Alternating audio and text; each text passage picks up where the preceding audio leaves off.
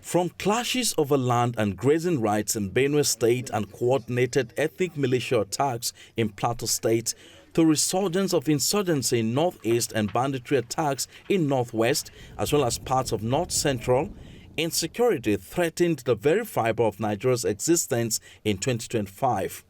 The Global Terrorism Index ranked Nigeria 6th worldwide in 2025, up from 8th in the previous year.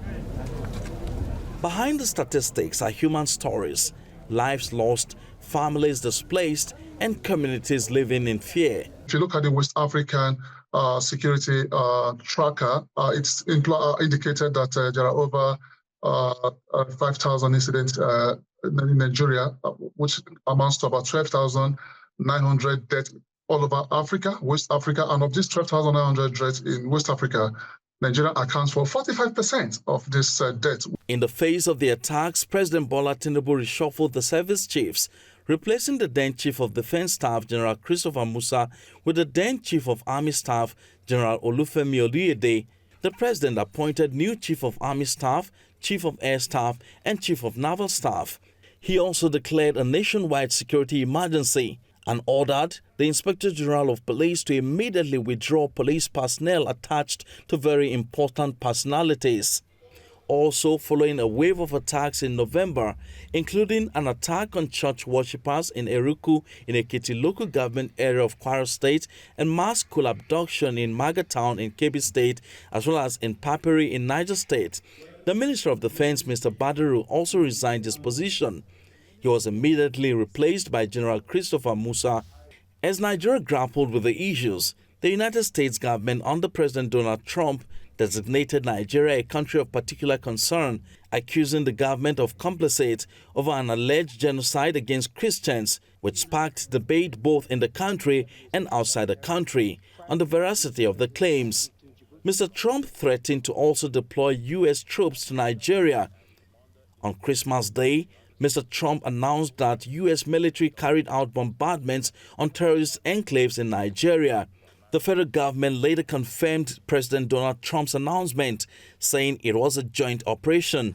The announcement came barely a day after a mosque in Gambaru Market in Maiduguri in Borno State was attacked by suicide bombers. It's all security measures. Anything you can put in place to prevent the loss of lives and property, put them in place. If it's going to take the international community to ensure the protection of lives of the Nigerian people, put it in place. Nigeria needs to be very careful to ensure that there is fairness, there is equity, and there is balance in terms of how these operations are carried out. It should never be seen to be against a particular faith or a particular ethnic group. If that happens, then it will create more problems. Despite the setbacks, security forces recorded gains. Approximately 3,000 bandits and terrorists were neutralized. At least 1,000 kidnapped victims were rescued. The Force Public Relations Officer, CSP Benjamin Hundayin, also highlighted major achievements recorded by the Nigeria Police in the year. Total of suspects arrested for the year, 5,721. And in terms of recoveries for firearms, we recovered a total of 1,766 firearms. And for ammunition, we recovered a total of 13,487 ammunition. Do not forget, this is across the country from January till date.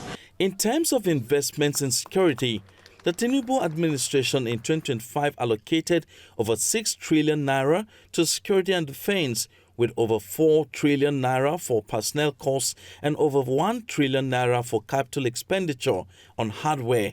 But analysts say funding must reach operational overheads and intelligence fusion to translate into safer communities.